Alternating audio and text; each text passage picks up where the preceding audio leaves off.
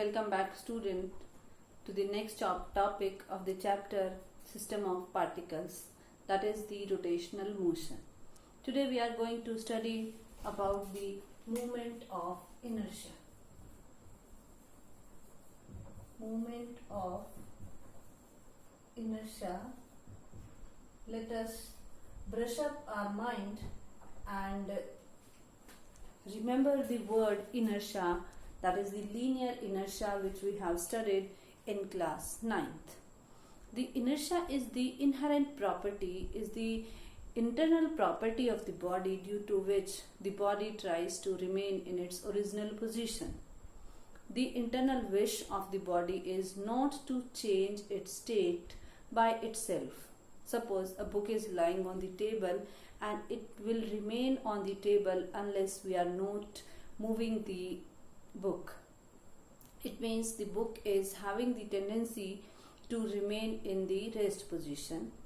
If any object is moving, that moving object will have the tendency to move unless we apply the brake or some external forces acting on it. In physics, every quantity, only that quantity exists in physics which have some measurement. So what is the measure of inertia? How we can identify which object is having more inertia, which one is having less inertia?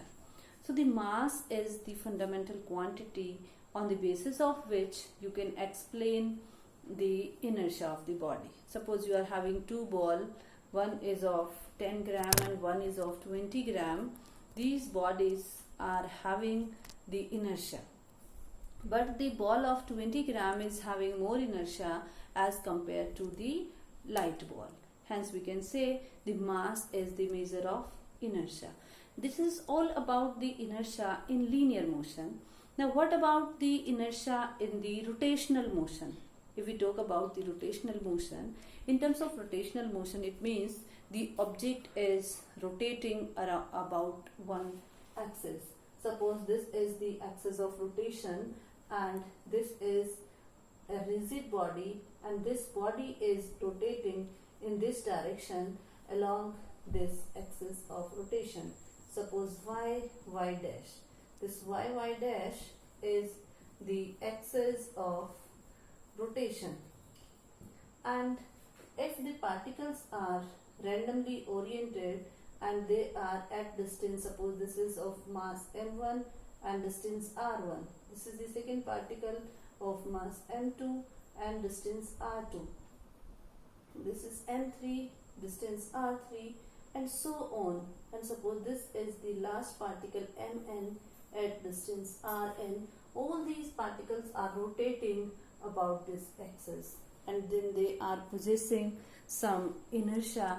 This body is having the tendency to remain in its original position. So we can define the moment of inertia here.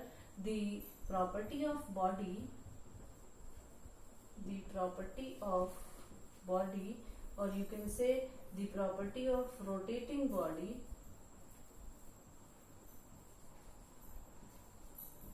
to resist the change,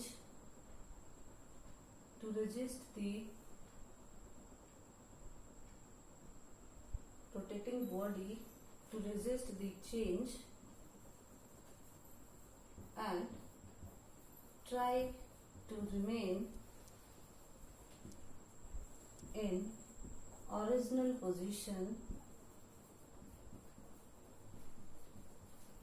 in the absence of some external torque.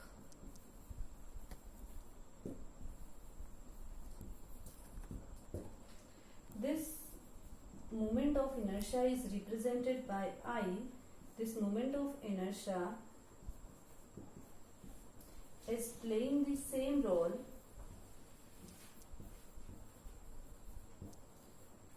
as is played by mass in linear motion. And mathematically we can write it as I is equal to m into r square.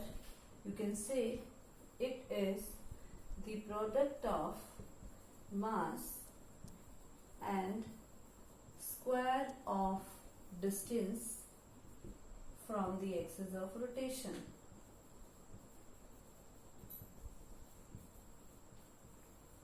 And what will be the SI unit?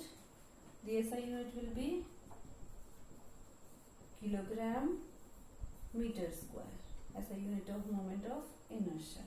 So if we talk about the moment of inertia of n particles, so you can write moment of inertia of system of particles.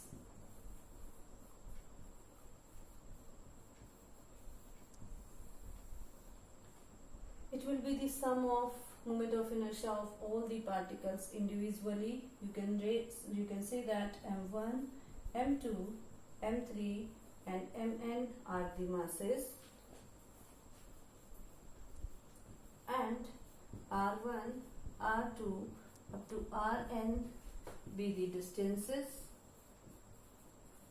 So total moment of inertia will be m1 r1 square plus m2 r2 square plus m3 r3 square and so on, mn rn square.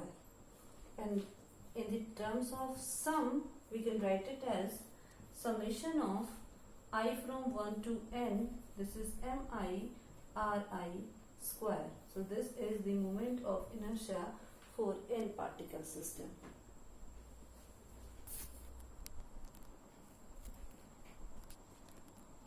Now find the relation between rotational kinetic energy and moment of inertia. You have to find the relation. First of all, write the formula for the both values. I is equal to m into r square, the product of mass and the square of the distance. And what is kinetic energy? Normal linear kinetic energy is half mv square. If you replace this value in terms of angular motion, this is half m, v is r omega whole square.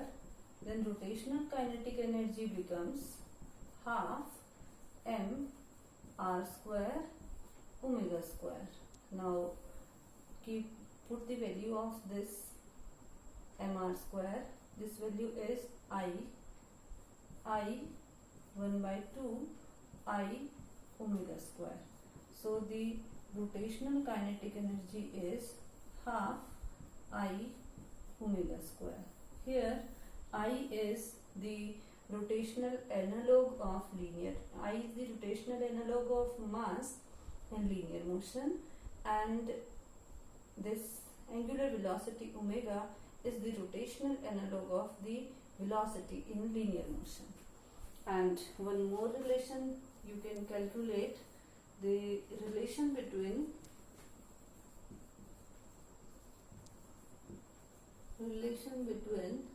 tau and moment of inertia.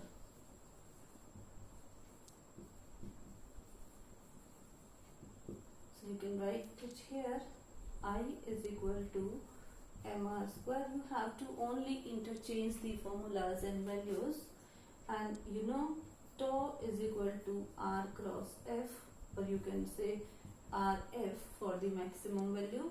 You can put here the value of f. F is equal to m into a, and r is already there.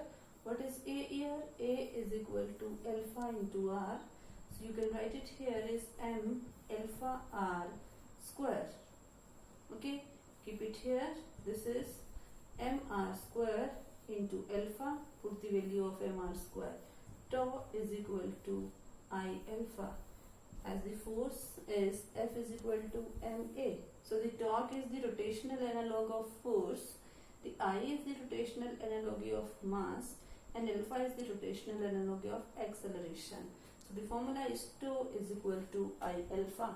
In this way you can find the relation between different parameters by interchanging the values from linear motion to the rotational motion.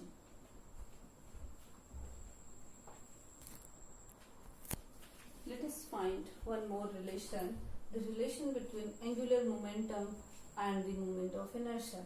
So angular momentum is L and the moment of inertia is I. We have to find the relation between L and I. Let us consider, you have to prove the relation like this only. Consider the masses are M1, M2 and Mn having R1, R2 to Rn as the distances from the axis of rotation,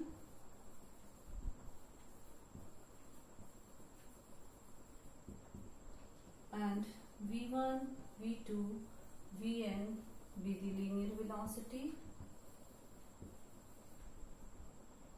as omega 1, omega 2 be the angular velocity. We know that the linear momentum P is equal to m into v. We can generalize it. P1 is equal to m1 v1, P2 as m2 v2 and Pn as mn Pn. Put the value of v here. V is equal to r omega. So we put in the generalized form m1 as r1 omega 1 and P2 is m2 r2 omega 2 and Pn as mn rn omega n. The value should be like this. So now you find the angular momentum. The angular momentum is r cross p. So you can write it here as r cross p and the maximum value as rp. Now we can put it here as r into m into v.